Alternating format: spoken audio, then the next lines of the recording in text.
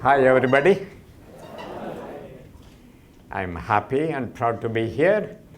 I want to reassure Dr. Marvin Cook that Greg is keeping the program alive and wonderful.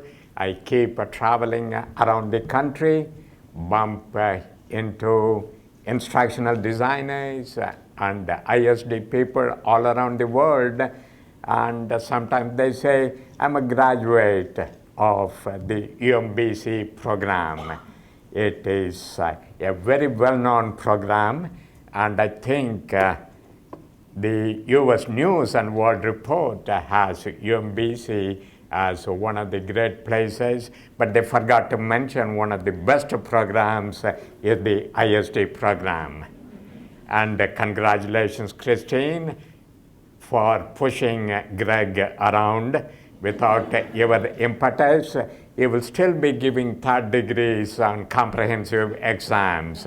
And I'm glad you are dragging him to the latest century. And somewhere here, I have a remote control. And I press this button. Wow. Good. So this is what I'm going to be talking about. And Greg said I should not make any presentation without objectives.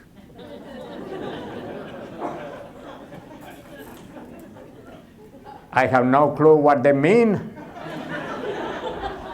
but they have behaviors, conditions, standards, and we got a behaviorally anchored rating scale to test your mastery. And I want to begin truth in advertisement. I'm going to pretend this is a presidential debate. I'm going to tell you the truth. I'm going to be talking about online learning, virtual classrooms. For the last 2 years, I have been doing a monthly online learning session for the Training Mag network. Is coming back to do something. It's going away. Oh, good. So I have been trying to see what is happening, primarily because, and this is going to happen to you if it is not already happening to you, more and more of my clients say, we want you to do it online. We don't have the budget to send people to the training location. We want to save money. For a whole host of totally stupid reasons, people are shifting away from live classrooms into virtual learning classrooms. Whether you want it or not, it is a matter of fact. I fortunately enjoy doing this. Actually, last week I did a session at 3 a.m. for a group in Sydney, Australia. Where else can you come up with a line like, right now I'm making this presentation totally naked. And somebody immediately sent a text message saying, turn your webcam on. So, whether we want it or not, that is happening, that is going to happen, and being totally introverted, I prefer it that way. People keep on saying, but you don't get immediate feedback from your audience. I think feedback is totally dysfunctional, useless, unnecessary. I look at you and see 3 of you are yawning uncontrollably. That disrupts me from my stride. So to heck with feedback. I don't believe in feedback. Anyhow, if I were, one thing I usually pride myself, I walk the talk. I practice what I preach. So what I should be doing right now is send you all home to your laptops. If I truly believe in virtual learning, why am I doing this in a face-to-face situation? I'm either an idiot or a hypocrite. And maybe I'm both. And I did a session, fortunately not on online learning, I think probably about 5 years ago, 3 years ago, and they videotaped me. And that is the most watched videotape. This session was the one that Greg was talking about. And when I last checked it, it had 18,000 people watching it. Shows there is a lot of masochists in the world. And I said, maybe if I'm good today, cell phones will start ringing. Maybe if I'm good today, maybe they will put this new video, and maybe that will be popular. So being a behaviorist, I did an analysis, tried to figure out exactly what were the behaviors which led to the popularity of that video segment. I eventually discovered, after eliminating a lot of unnecessary hypotheses, I came to the conclusion it was my lucky tie. So I have the same tie today, and actually the same shirt, and the same everything. Okay, so my apologies. I thought of doing it this way. I thought of turning my back to the audience so I don't get any feedback from you. And then I had this sudden nightmarish thought, as soon as I turned my back, you all would have disappeared. And I will be having a conversation with myself, which is usually scintillating. How long have you had that thought? Ever since I was 7 years old. Okay, good. So I'm not going to turn my back. However, I have on each table a bunch of blank sheets of paper with the 3-hole punches. Can each one of you please take one of these pieces of paper, and anytime I conduct an online session, I tell people, be sure you have blank pieces of paper. Everybody got a piece of paper? Good. This is a valuable piece of paper because they are recycled from Dr. Williams' desk. They were pre-used. He sat down and erased all of the writing on the piece of paper and made them become blank. He's a good green guy. Here is what I want for you to do. Can you fold it in half? This is an origami exercise.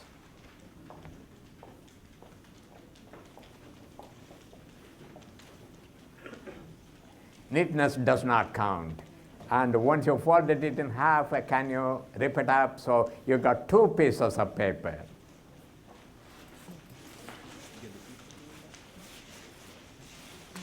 Once again, neatness does not count.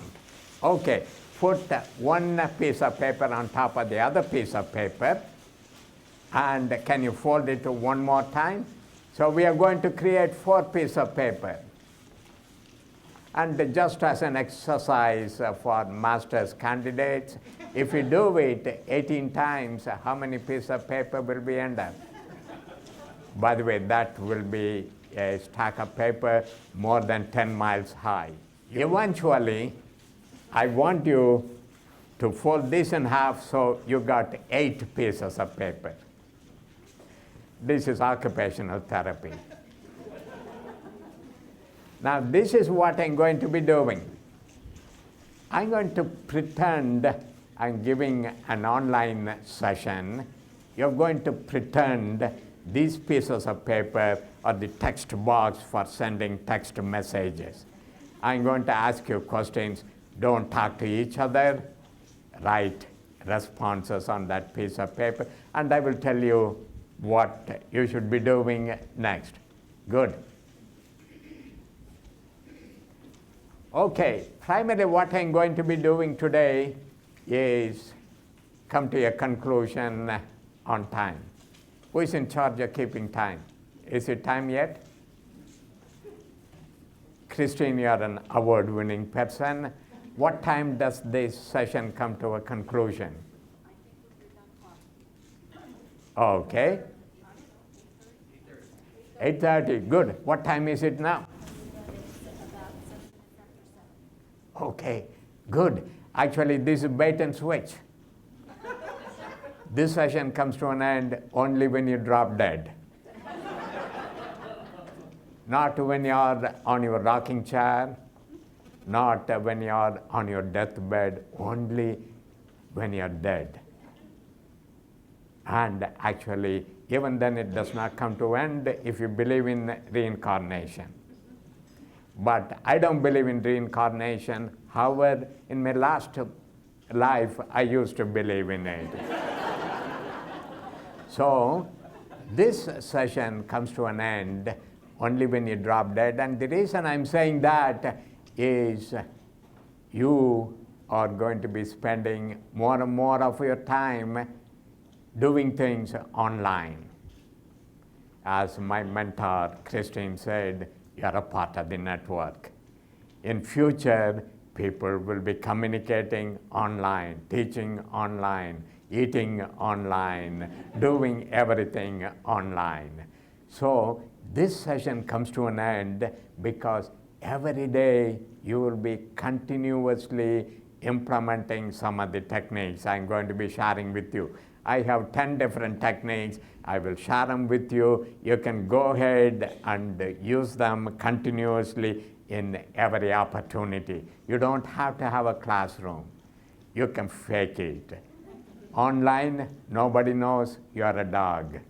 So you can do anything you want to do.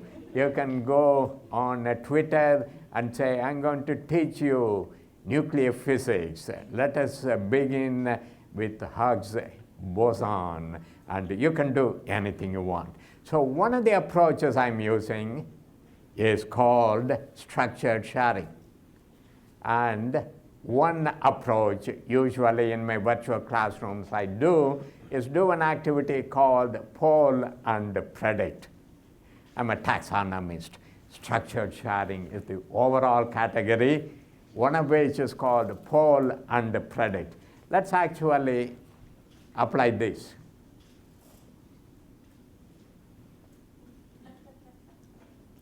Can you write your response on one of those 8 pieces of paper, and you're sending the text message only to me. So if you can see on the text box below, there's a drop-down menu. If you click on it, it says facilitators, it says to the whole room, things of that nature. Set it for only facilitators. And this is the new approach to life. She left the camera alone. This is the new approach to life called continuous partial attention. You could be responding to me, you could be listening to me, you could be daydreaming, you could be doing anything. And to simulate your sending the messages, can you fold your slip of paper and keep passing it to the front so it goes to Dr. Cook's table? It all accumulates, and I'm going to read all of it. And the good news is I can do this simulation very easily because I'm psychic. I don't have to pick up the piece of paper. Good. Okay. My God, you guys are taking it seriously.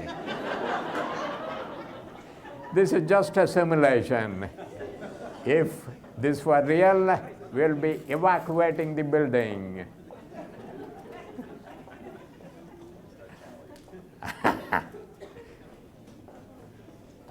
And Dr. Cook will open and read all of these pieces of paper and we'll prepare an affinity diagram. In the meantime, here is what you see on the next screen in our online learning. So you have written your response to the question, what makes online learning boring?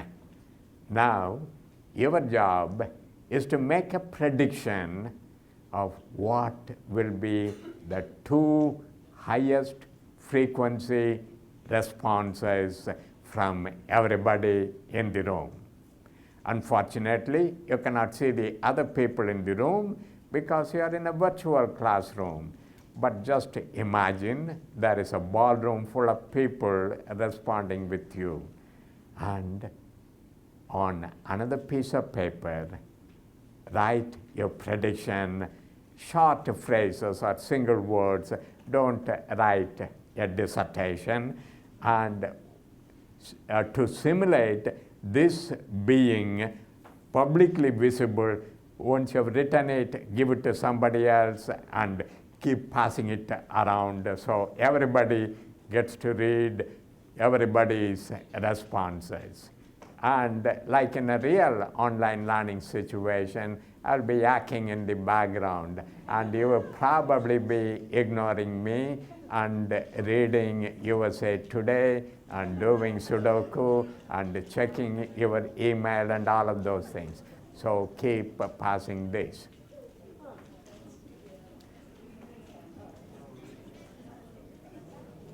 Okay, stops. Okay. One of the great things in online learning is you lose control of the paper. And let us imagine you've been trained to be perfect students from UMBC.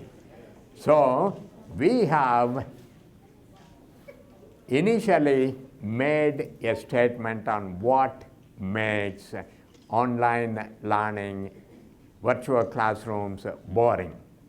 All I'm trying to do is force you to format your hard drive.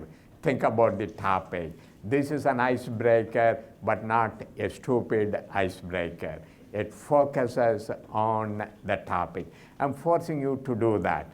Then I'm forcing you to broaden your perspective and ask you, what do you think other people are going to say? So you say, okay, I gave a very logical response, but the other people in this class are obviously of lower IQ than me. So they will be making all kinds of stupid statements. So let me imagine what they will think, obviously incorrect. So you are expanding your imagination. So everybody made your predictions, everybody made your original statement, people are still looking at the prediction. Now, here is what I'm going to be doing. Dr. Cook has looked at everything, has done a frequency count, and we are now going to reveal to you the top 2 responses based on your input. Actually, when you do it online, I have one of my colleagues whose main job is to keep scanning the chat box and see what responses people give.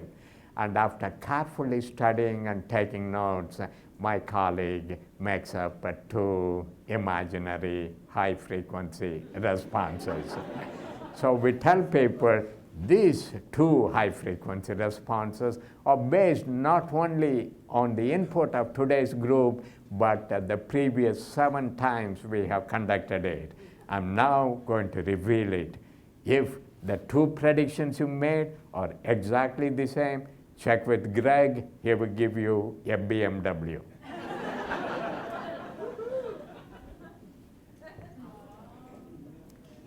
Okay, it says lack of interactivity. And whatever interactivity you're supposed to do is totally dysfunctional, meaningless, useless, cute, and it says things like put your name on the map of the world where you come from. And today's session is on customer satisfaction. Never mind, it has nothing to do with today's class. This is something I was told to do.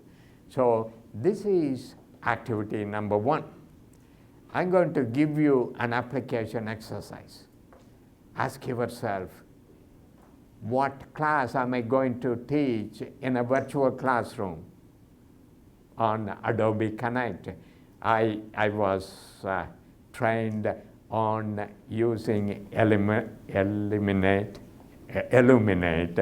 which is no longer Illuminate, it is Blackboard. Collaborate, correct. But this is not technology, this is instructional design.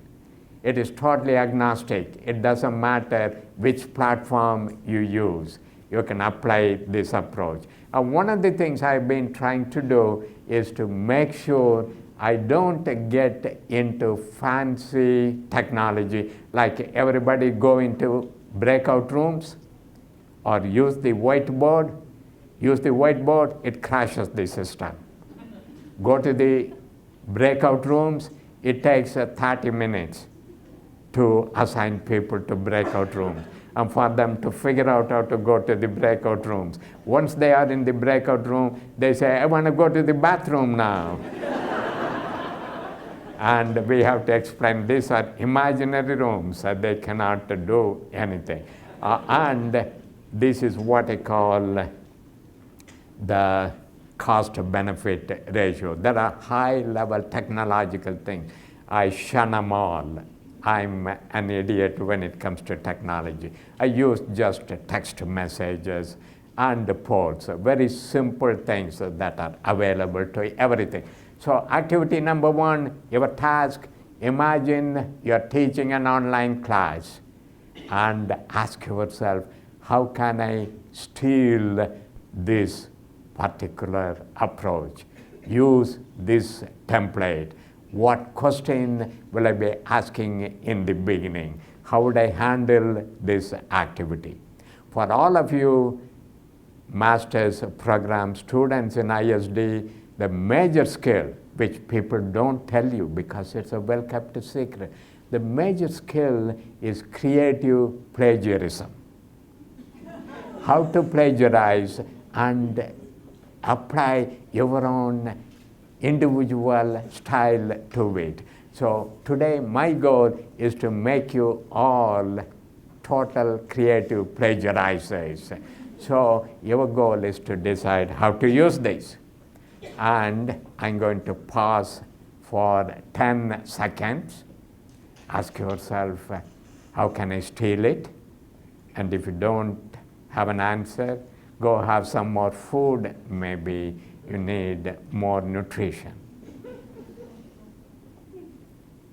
Okay, 10 seconds gone. Anybody want to challenge me, heckle me? And if you keep challenging me, you may end up getting the Marvin Cook Outstanding Student Award. Okay, ready for the next stealable template?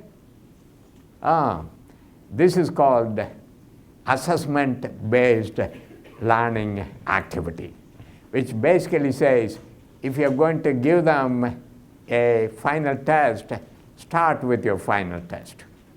So last week, I was working with a high-tech company in San Jose, and I was doing pre-departure training for a bunch of American software engineers who are going to be sent to Bangalore. And this is what I did. Here's your final test. Here is a poll question. Okay, how many of you think the correct answer is A? Please raise your hand. Okay. Greg is getting blind. How many of you think the correct answer is B? Hindi is the most widely spoken language in Bangalore. Okay. By the way, you may not abstain. Our computer program is set up to give you an electroconvulsive shock if you don't choose one of these. How many of you think choice C, Canada is the correct answer? Okay. We got a few interesting people. How many of you think D, Tamil, is the correct answer? Okay, there are 3 people giving the correct answer. So this is what I do. I have entry tested you.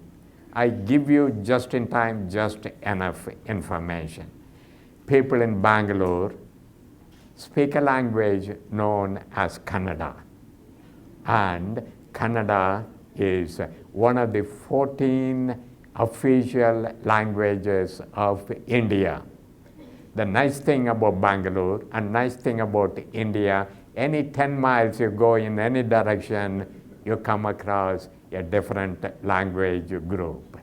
So I'm giving people information on culture shock they're going to experience. Here is number 2. Here is question number 3. Hey, this looks like an interesting question. What's the population of Bangalore? How many of you think it is A, 4.82 million? How many of you don't want to play? How many of you think? How many of you think it is B? Okay, the first B. There is nothing like online students finding out you're an idiot. You want to encourage participation, leave some stupid typos. They get a great delight saying, you got 2 B's, you idiot. Okay. So, how many of you think it is 6.02 million? How many of you think it is 8.43 million? How many of you think it is 9.56 million? And by the way, the smart kids nowadays go to that Wikipedia while they are listening. This is just-in-time learning. I'm all in favor of it. Adriana knows the correct answer. It is 8.43 million. Bangalore, where you're going to go, is the 3rd most populated city in India, blah, blah, blah. Okay, so I used a bunch of these questions. I had an outline for what I wanted to teach. Rather than teach from that outline and bore people to death, converted the outline into a set of multiple choice questions. Why multiple choice questions? Because people get a kick out of clicking on the polling activities, and they like seeing the colorful histograms and things of that nature. So this is interactive activity number 2 for online learning. 10 seconds.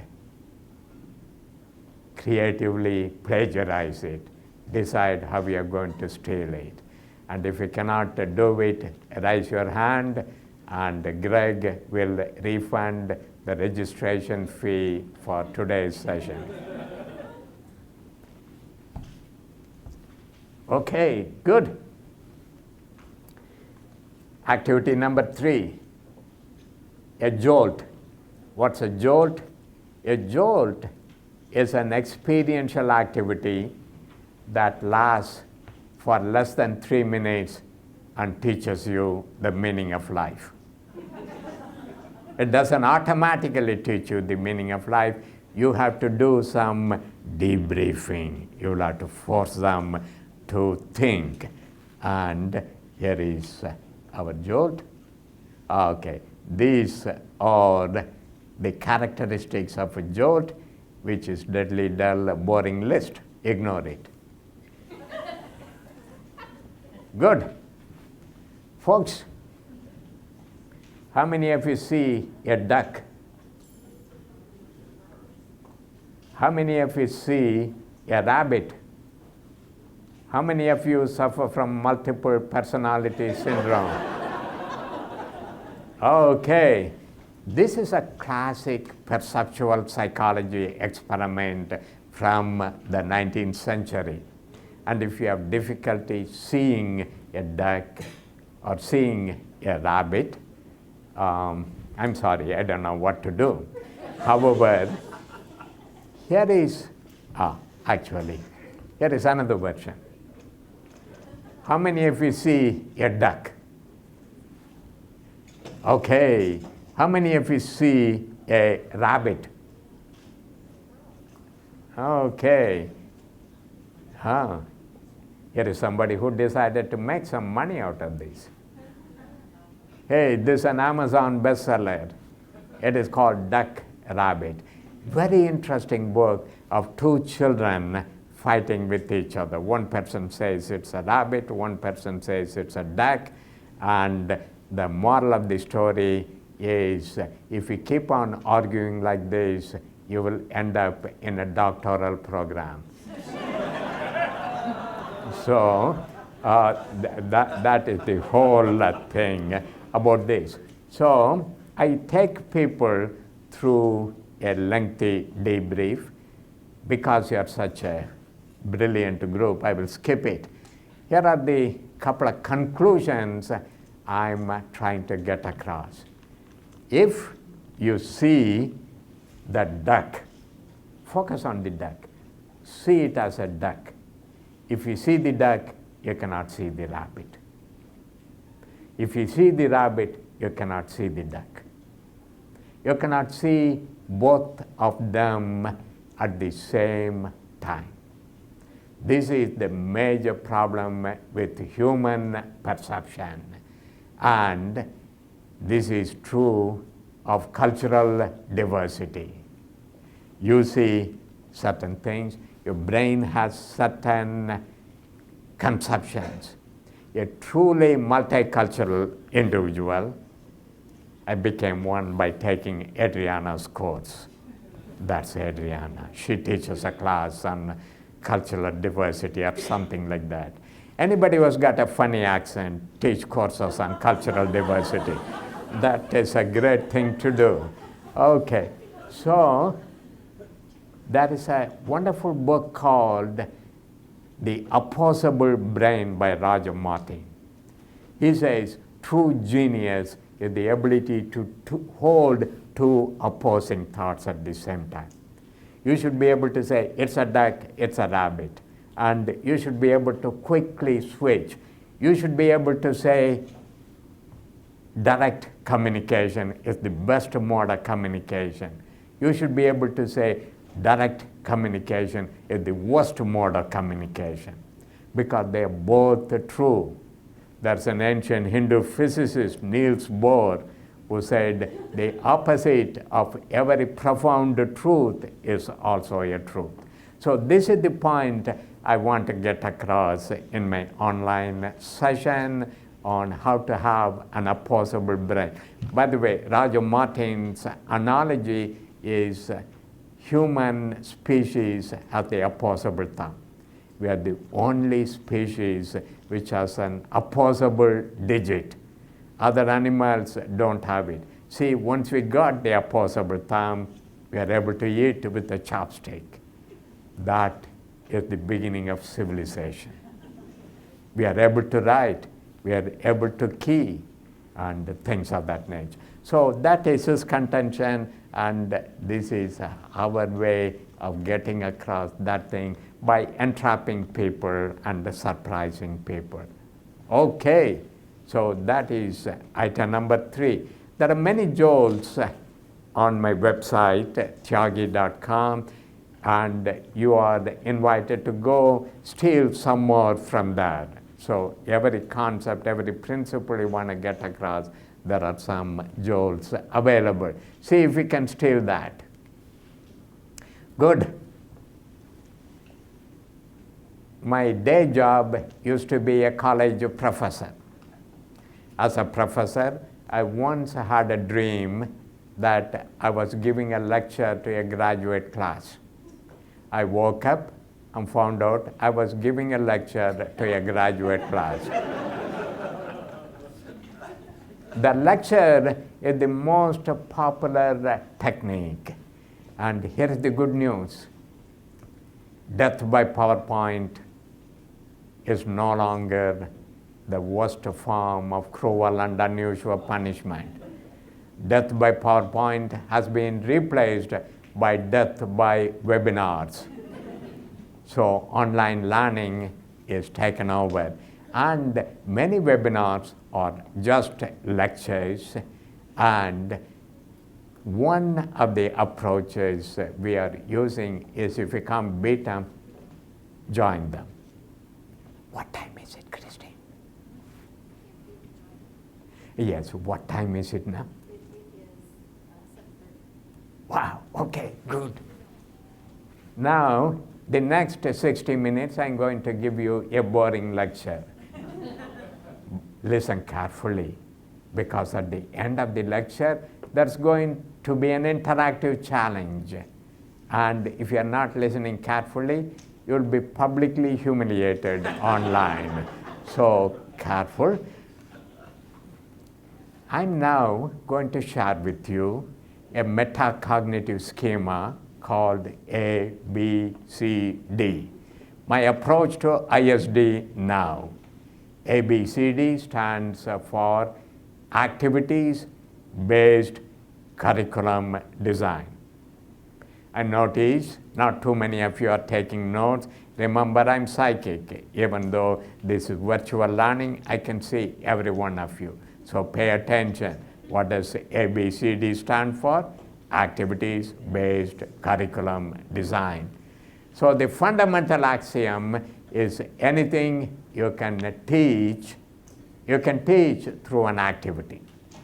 And many of you would like to challenge me, but I don't care. Trust me, I got a PhD. And just to push you a little bit more, anything you teach it must be taught through an activity. Anything which is worth teaching, you should teach through an activity. And what do I say that? Because if you summarize all research in cognitive psychology, all research in learning theory, it all comes down to the fact that without activity, people don't learn. The best way to learn is through activity. And specifically, here are 3 laws of learning. Law number 1, law of practice and feedback.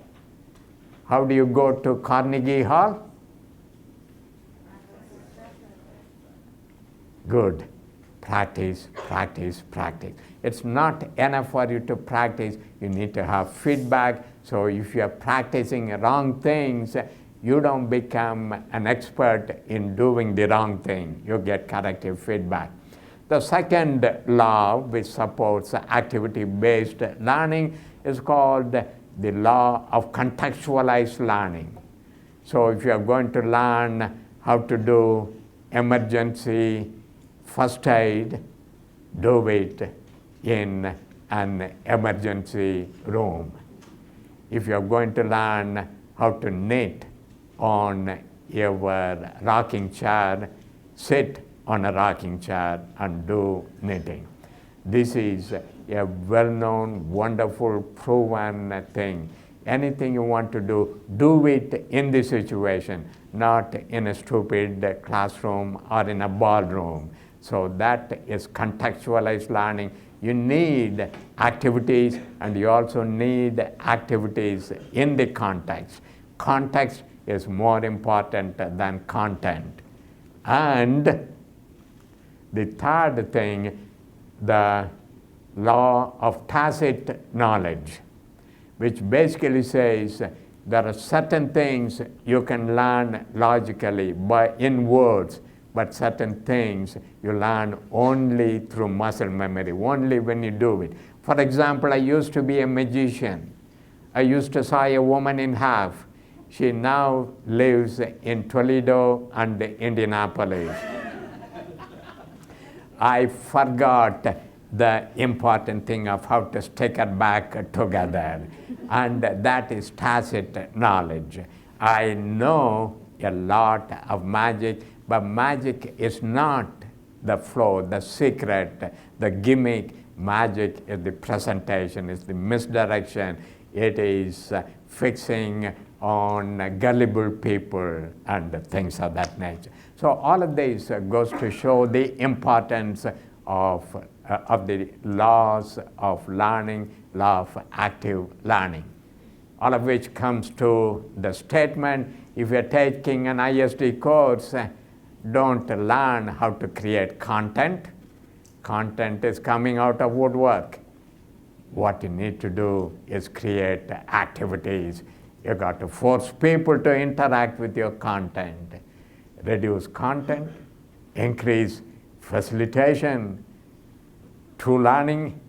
This is my Oriental background. I got to stick one in. It's like yin and yang. It has got to have content and it has got to have activity. Content without activity is inert knowledge.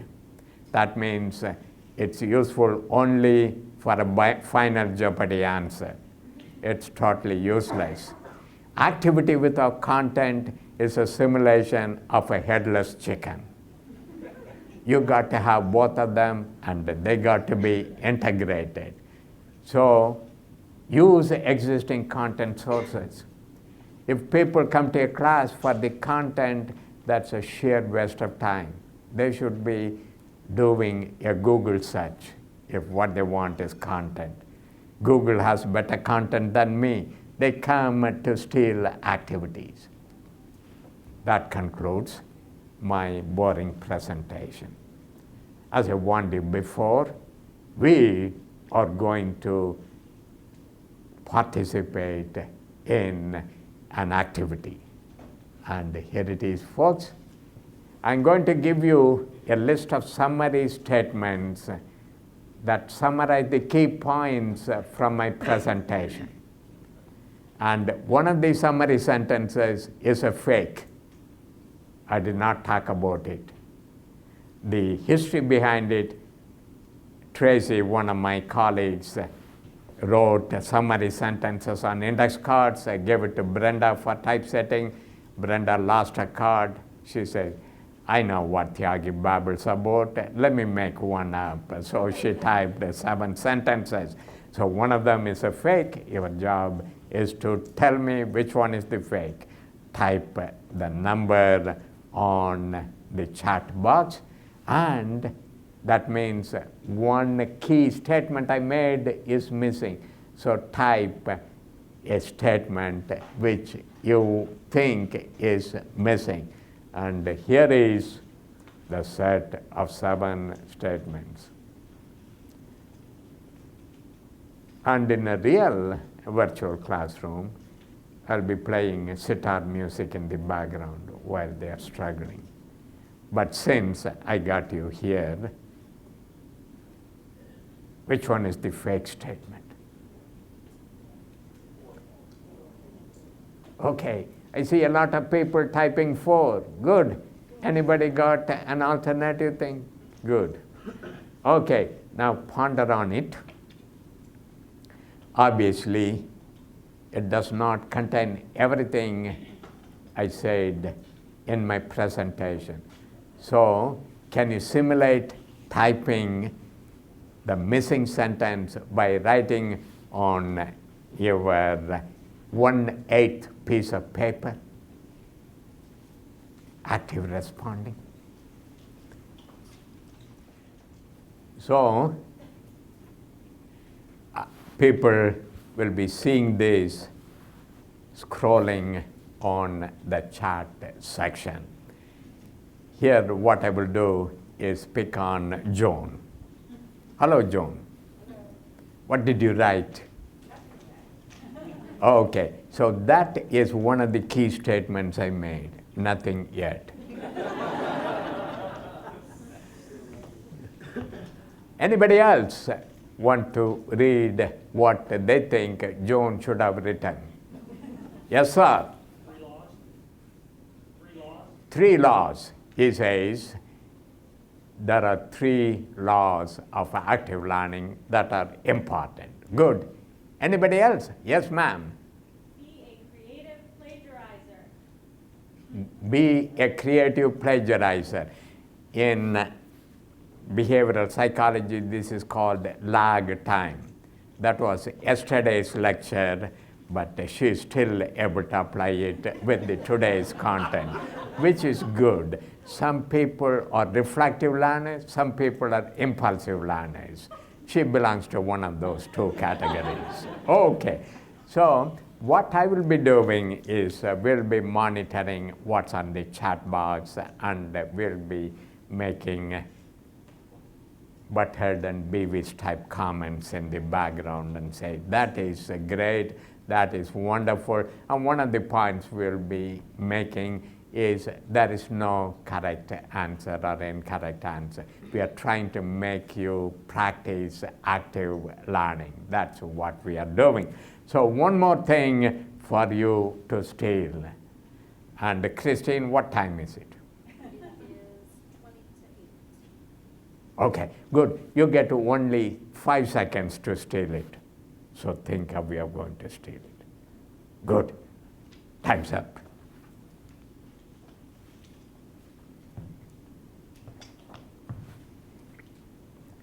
Good. Another approach for making your online learning interactive. There are many approaches for telling interactive stories. Storytelling is great, it is wonderful, that is how people learn, and it is universal and all of those things. Storytelling sucks because it is a passive. You tell the story, people sit down and listen. So we made storytelling more interactive. There are about 10 approaches to interactive storytelling. Here is a storytelling. I want you to read the story by yourself. Remember, you're all alone by yourself staring at the stupid monitor.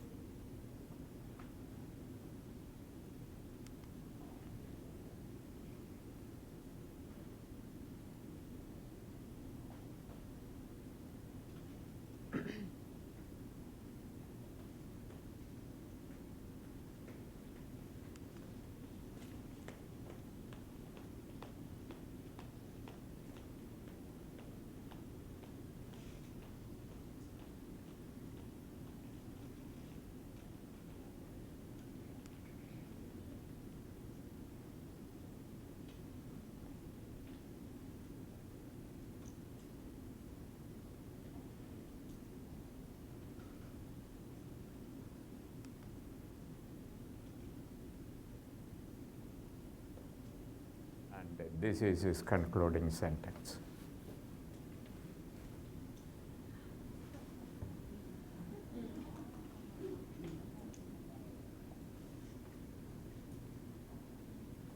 So I use this in my diversity and inclusion class, online class.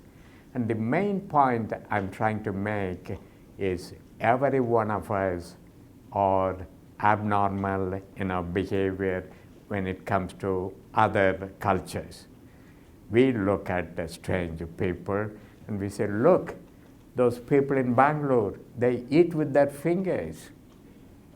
And the people in Bangalore say, look, these gringos, they use with sharp needles. And so the main point is you are a stranger to other people. And whoever is an alien to you, you are an alien to them. So this is one major principle, concept, perception we want to get across.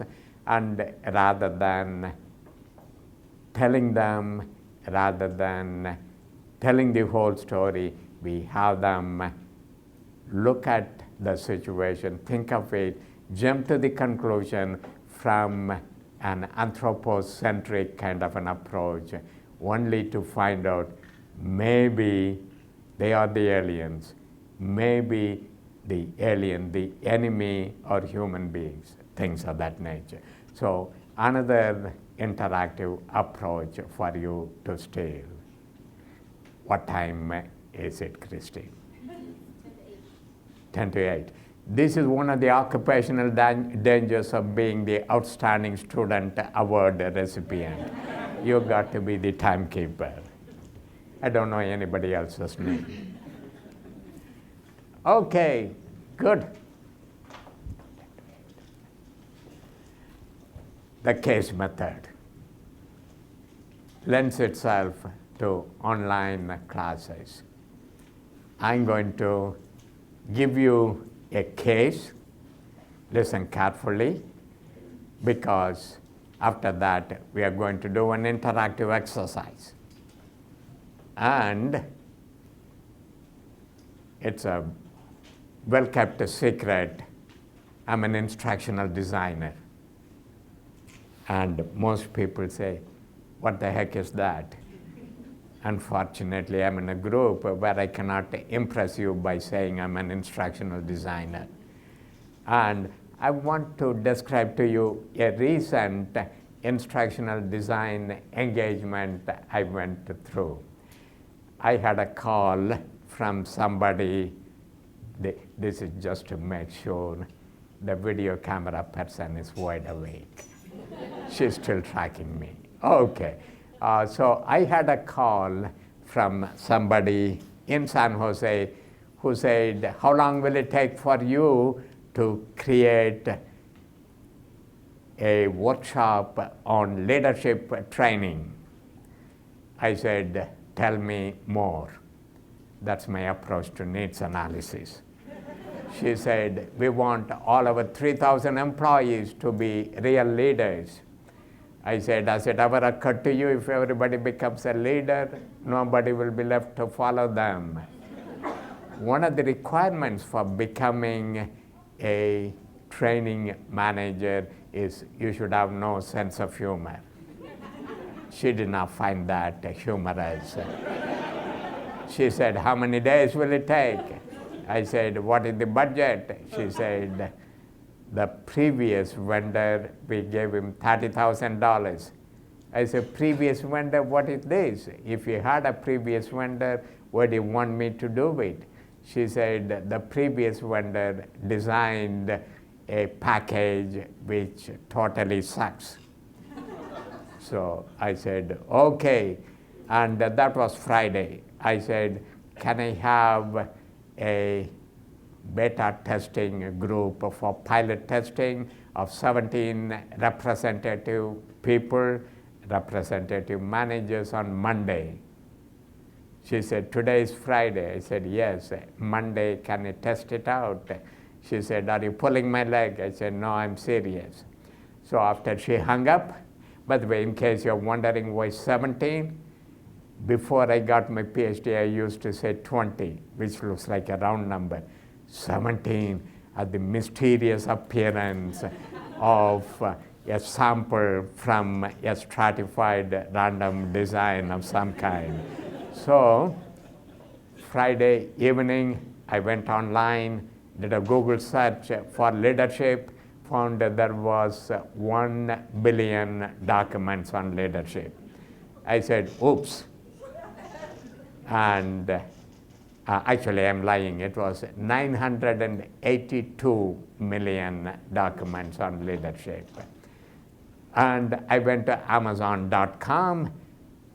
Amazon loves me because I have the prime shipper arrangement. They ship it out on the next day. It was Friday. I typed leadership training, found out 75,000 books on leadership training. Went browsing through the books and selected 30 books. And what criteria did I use to select these 30 books? I judged them all by their cover. I was told never to judge a book by its cover, and I said, let me be a contrarian. And so I picked 30 books, ordered them, and had them ship it to me on Saturday. I did not open the curtains. On Monday, Tracy and I go to the room, dump the books from 3 curtains, tell everybody, pick a book, any book. You got 20 minutes. Flip through the book. Highlight 6 principles, guidelines, ideas, sentences, whatever you want to call them, which you think you can immediately apply on your job tomorrow. So they took the book and which said, you can go back to your room, you can pace the room, you can lie down, you can do anything you want. And you got 20 minutes. End of 20 minutes, I blow my whistle and I say, everybody find a partner, pair up with somebody. And here is your next job. Let us assume Christine and Andrea are partnering with each other. Christine, your job is to tell Andrea one of the ideas you have highlighted. Andrea, your job is to fake active listening. Maintain eye contact, lean forward, say, wow, write down whatever she says. Then it is your turn, so you skip with each other, take turns giving one of the ideas. And you begin with 6, now you end up with 12 ideas. And within 2 minutes, a couple of people come to us and say, these 2 ideas are exactly the same. We said, that's great, cross-validation, triangulation. This is a great idea, make a note of it. And 2 minutes later, somebody comes and says, these 2 ideas contradict each other. We say, congratulations, you have learned situational leadership. Some ideas work good in one situation and backfire in another situation. Now try to figure out in what situation will this be a good idea, whereas the opposite will be working. So we had them do this, and we said, now get together with another pair. There are 4 of you. Your job is to explain to the 2 new people your partner's ideas. And so you end up with 24 ideas. Now in each group of 4, send somebody to the front of the room to announce to the whole room one of your bright ideas. So this is leadership. What we did was to make up activities. The content came from Amazon.com. The activities, we made them up as we went along. And so we have a toolkit full of templates. We keep plugging. The last activity, for example, at each table, come up with a challenge you're facing with your employees. Now write it down, give it to the next table. You look at the challenge from the previous table, figure out how you're going to apply the skills. So we kept on building one activity on top of other activity. End of my case study. Here is one of the principles we teach in our instructional design classes. By the way, everything I know about instructional design, I learned it from Instructional Design from the Ground Up by Chuck, what's his name? Great book. Get a copy of that book. Okay, wonderful book. So here is one of the principles. Build airplanes while flying them. In other words, design instruction while you're delivering instruction. So let us see, on the chat box, can you type to see whether, actually this looks like a poll. On this poll, whether in this case study it was heavily used, moderately used, lightly used, or totally ignored. How many of you think it was ignored? How many of you think it was lightly implemented? How many of you think it was moderately implemented? How many of you think it was heavily implemented? My answer is heavily implemented. If you choose something else, I don't care. Because I'm not pushing one perception. So the main idea, blah, blah, blah. So I'll be talking about designing while delivering. Don't sit down in a corner and deliver and then test it out. Begin by living dangerously. Principle number 2, invest a lot of time and effort in doing initial analysis. Come up with metrics, come up with SMART objectives, come up with behavioral objectives before you start designing. How many of you think this idea was totally ignored? How many of you think it was slightly implemented? How many of you think don't care? Okay, so we go through the principles we want to teach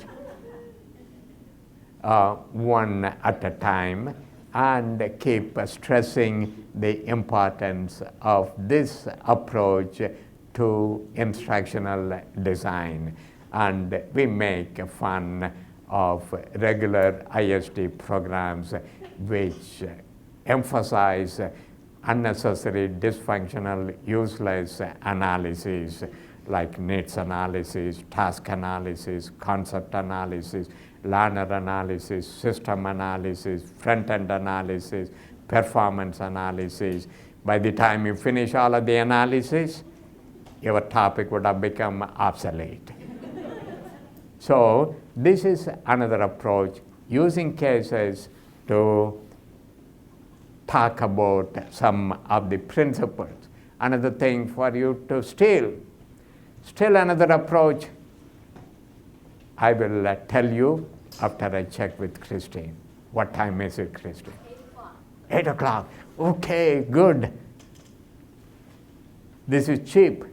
All you need is somebody with a functioning brain and a pulse. Everybody ready? This particular thought experiment is called green monkey.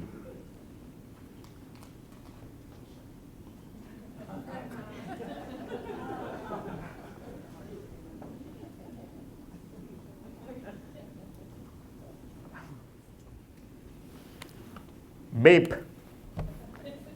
Actually, I cheated. I can't take this train anymore. So, this is the experiment.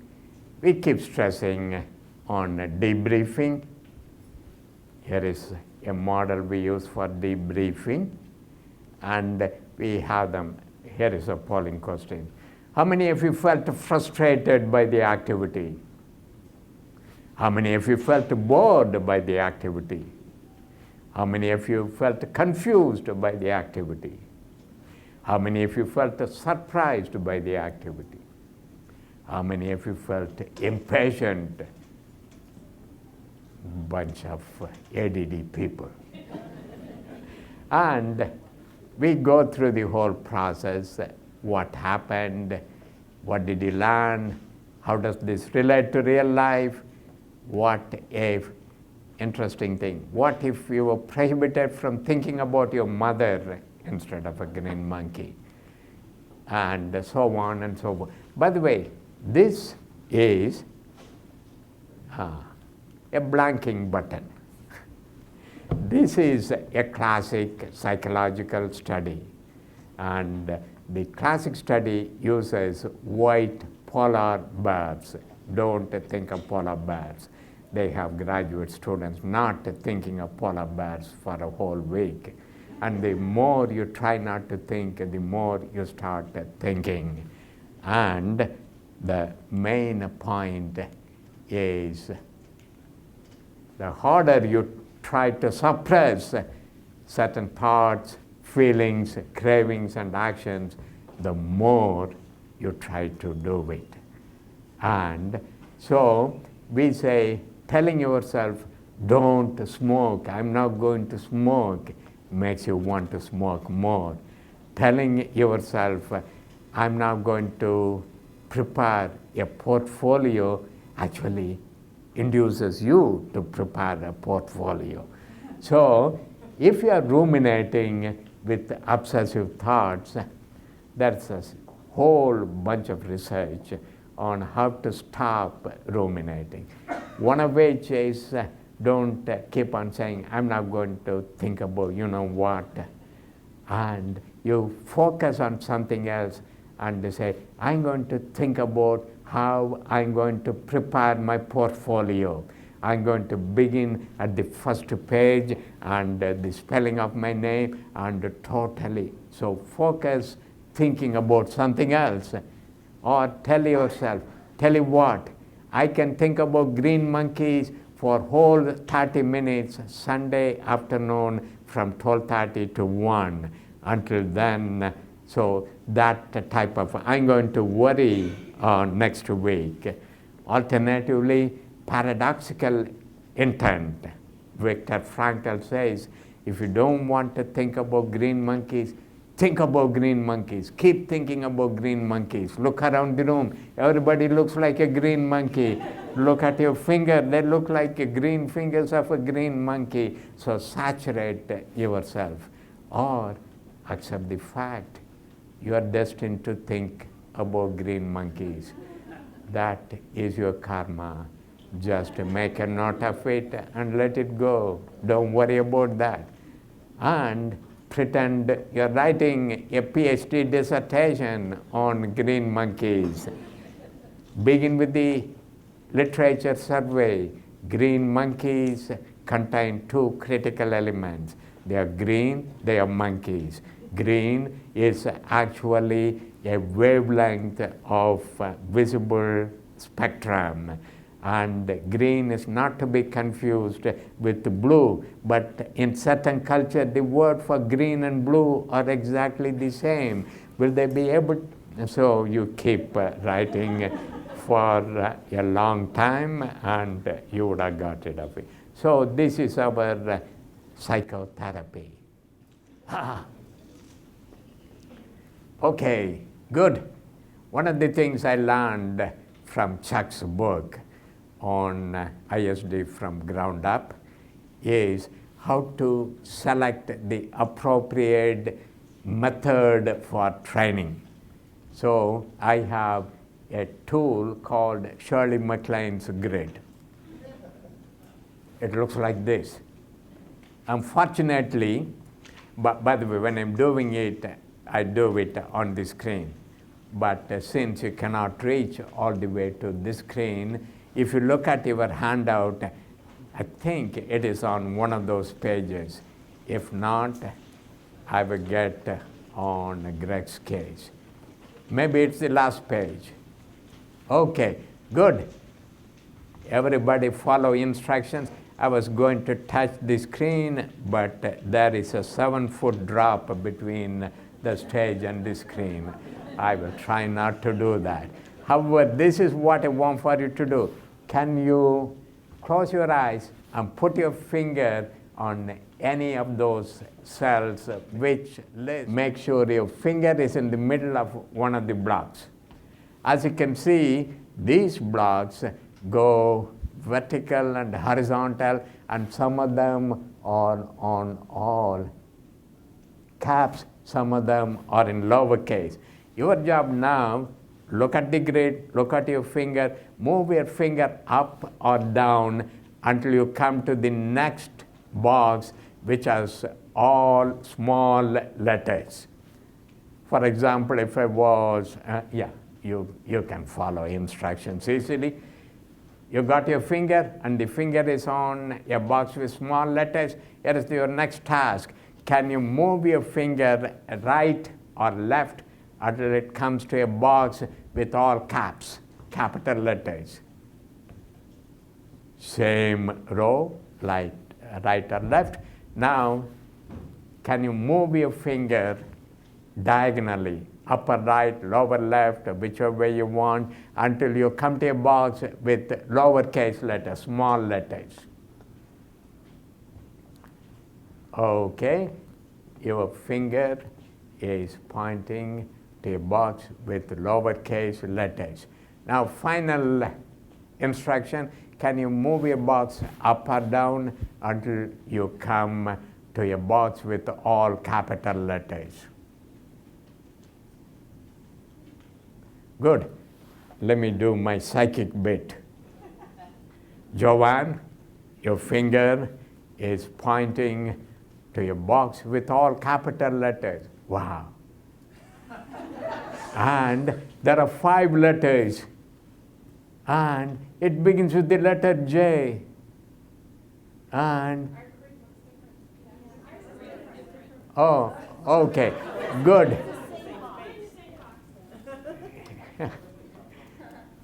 This is just to wake people up for excellent. Joanne, your finger is touching a box with all capital letters, 4 letters, begins with the letter C, ends with the, no, focus, oh, game.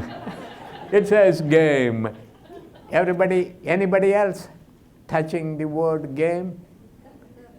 If you are not touching the word game, you have a remedial class on following instruction. In case you're wondering what the heck is this, I teach a class on designing job aids. Everybody know what a job aid is because you are all smart people, and it could be a checklist, it could be a decision table. We work with New York City Government Office of Emergency Preparedness. And one of the problems with job aids is you have to refer to your job aid, people think you are an idiot. Just imagine you're being wheeled into the surgery theater and you see the surgeon reading the dummy's guide to appendectomy. And it has cute little pictures. So, by the way, I would trust that surgeon. One of the problems with job aids is you lose credibility, and what we have been doing is working on what we call a specialized, technically specialized type of job aids that are called sneaky job aids. And what's a sneaky job aid? If you look at the job aid on your handout, at the bottom there is a footer. It says copyright C. Thiagi, colon. Anything that follows that are the instructions. The pipeline, the vertical line says move your finger up or down until you come to S, stands for small letters. And what should I do next? Move your finger horizontally, left or right, until you come to big letters, bold letters, capital letters. What next? Move your fingers diagonally until you come to small letters. And finally, move your fingers up or down until you come to all caps. So we have the job aid, and we also pretend to be graduates of UMBC's emergency nursing program. We appear to be competent, but we got a sneaky way of looking at job aids. Paste your job aid on your clipboard, or put your job aid on the iPad, pretend you're taking notes. There are many ways you can do that. So we use a lot of magic to illustrate many of the points. Okay, what time is it? It's 14 minutes after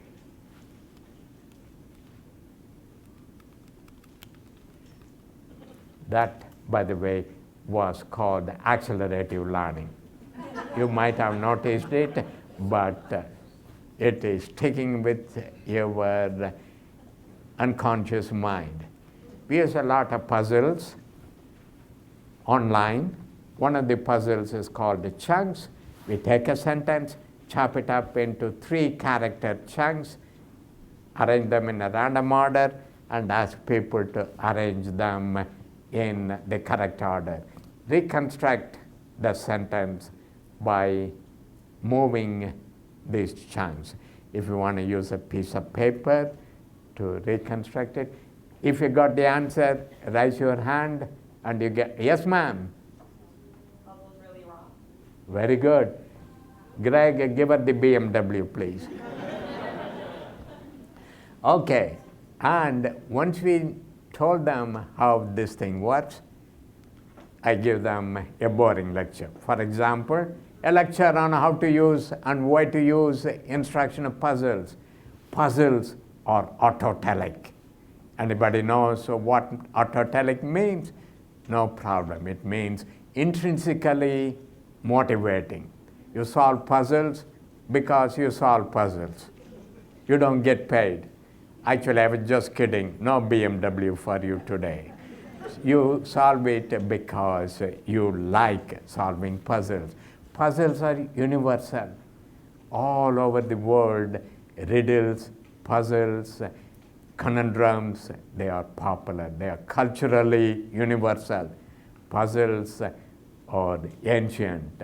In pyramid, there are graffitis on the pyramid walls on showing puzzles. Puzzles lead to a lot of discoveries. And I will give the lecture and keep going. And at the end of the lecture, I will give them a chunks of puzzle which they learned how to solve it. And I will tell them this is one of the key points in my lecture. And no, don't tell anybody. Let them sweat it out. And so they have to figure this out. In the process of trying to figure out this particular sentence, they'll have to keep thinking back. Okay, could it be autotelic? No. The word puzzle is there. Puzzle? Puzzle? I don't know. Maybe puzzles? And so on. So we are forcing your brain, and he's so autotelic, he's taking a picture of it, going to solve it later, and just to spoil his excitement. Puzzles are found everywhere in the world, so that's the solution. Okay, good. At the end of my session, people are sitting down. I like getting people standing up, moving around, and so on. So this is a hokey, corny, stupid, interesting activity online. Pretend you are watching this online. You're participating in it. Okay, folks, thank you for your attention. We are now going to do the end of this session evaluation. Please follow along. And if there are other people around, they may think you're gone crazy, but that's okay. Anything for the sake of evaluation. Follow the instructions.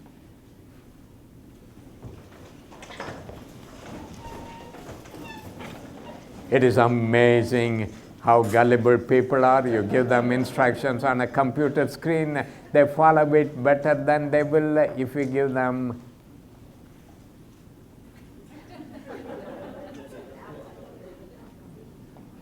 Okay, here is an audio instruction. Please open your eyes now.